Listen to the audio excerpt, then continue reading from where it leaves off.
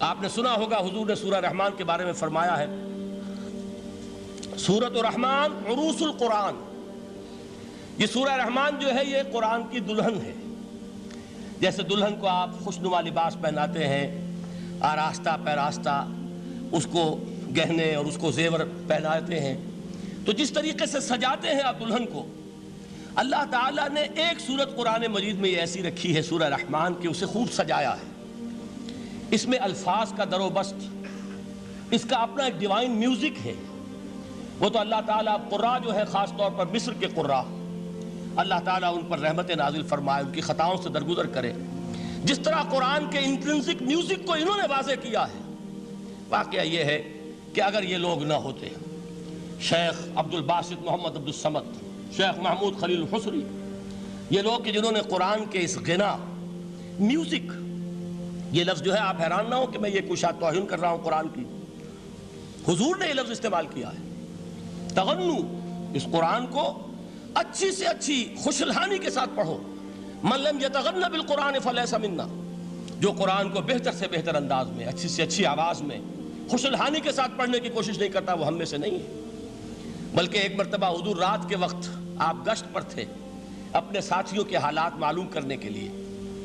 حضرت ابو موسیٰ اشعری رضی اللہ تعالیٰ عنہ ایک صحابی ہیں، ان کے گھر کے پاس سے گزر ہوا، وہ رات کو تہجد پڑھ رہے تھے، کھڑے ہوئے کیف کے عالم میں قرآن تلاوت کر رہے ہیں۔ حضور کو بہت پسند آئی ان کی قرات، کافی دیر تک وہاں کھڑے سنتے رہے۔ اب انہیں کیا پتا کون سن رہا ہے، بالکل اسی طرح سمجھ لیجئے ایک بات یاد آئی ہے، حضور فرماتے ہیں کہ جس طرح کان لگا کر اللہ قرآن کو سنتا ہے کسی چیز کو نہیں سنتا۔ ہمیں نظر نہیں آتا نا، ہمیں معلوم نہیں، ہم قرآن پڑھ رہے ہیں تو سننے والا کون ہے؟ سب سے زیادہ کان لگا کر خود اللہ۔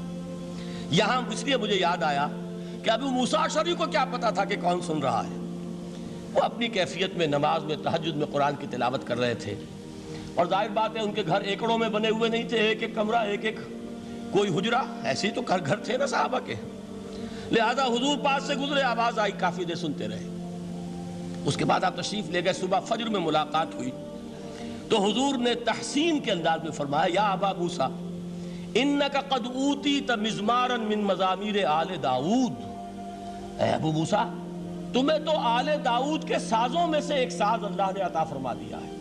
جس طرح حضرت داؤد، لہن داؤدی مشہور ہے کہ جب وہ پچھلے پہر رات کو حمد کے ترانے الاپتے تھے، قرآن میں ہے کہ پرندے شامل ہو جاتے تھے ساتھ، اور پہاڑ وجد میں آتے تھے، پہاڑ بھی ان کے ساتھ شریک ہوتے تھے۔ تو جس طرح کا اللہ نے ان کو لہن عطا فرمایا تھا، حضور نے تحسین کے انداز میں فرمایا ہے ابو موسیٰ اشعری، اللہ نے تمہیں بھی آل داؤد کے سازوں میں سے ایک ساز عطا فرمایا۔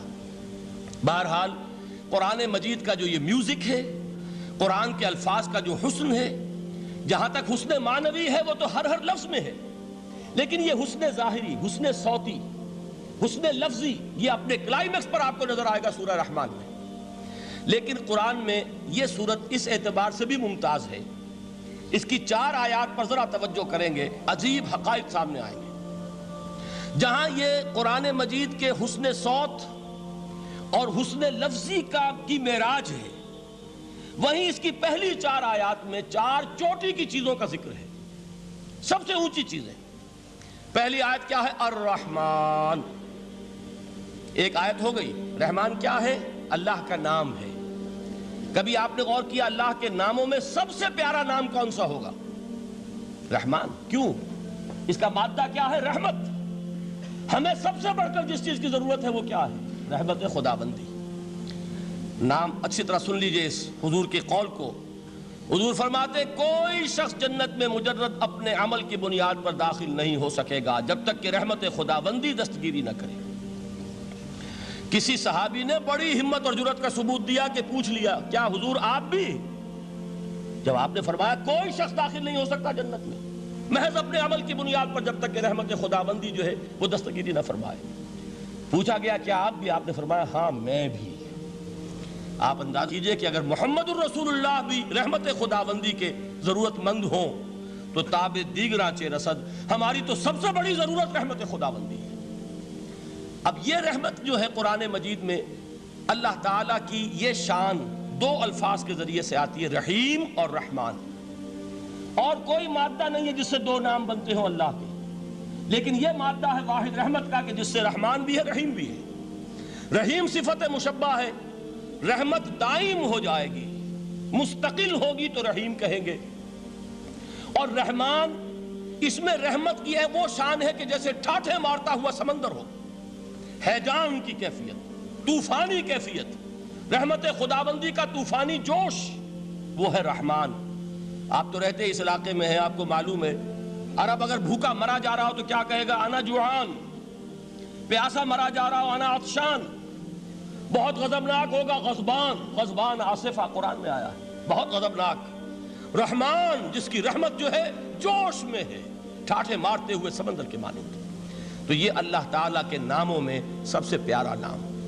اب آگے چلیے، الرحمن علم القرآن، رحمان نے قرآن سکھایا۔ رحمت خداوندی کا سب سے بڑا مظہر، رحمان کی رحمانیت کا سب سے بڑا مظہر قرآن ہے۔ ان میں جو منطقی ربط ہے اس کو سمجھتے جائیے۔ اچھا آپ یہ سوچئے، جو علم بھی انسان کو حاصل ہوا وہ کس نے دیا؟ اللہ نے۔ سائنس کا علم کس نے دیا؟ اللہ نے۔ علم آدم الاسماء کلہا، وہ علم الاسماء جو حضرت آدم کو دے دیا گیا تھا ازل میں، یہ اسی کا ظہور ہے، یہ اسی کی ایکسفولیشن ہے جو ہو رہی ہے اور ہوتی رہے گی ابھی۔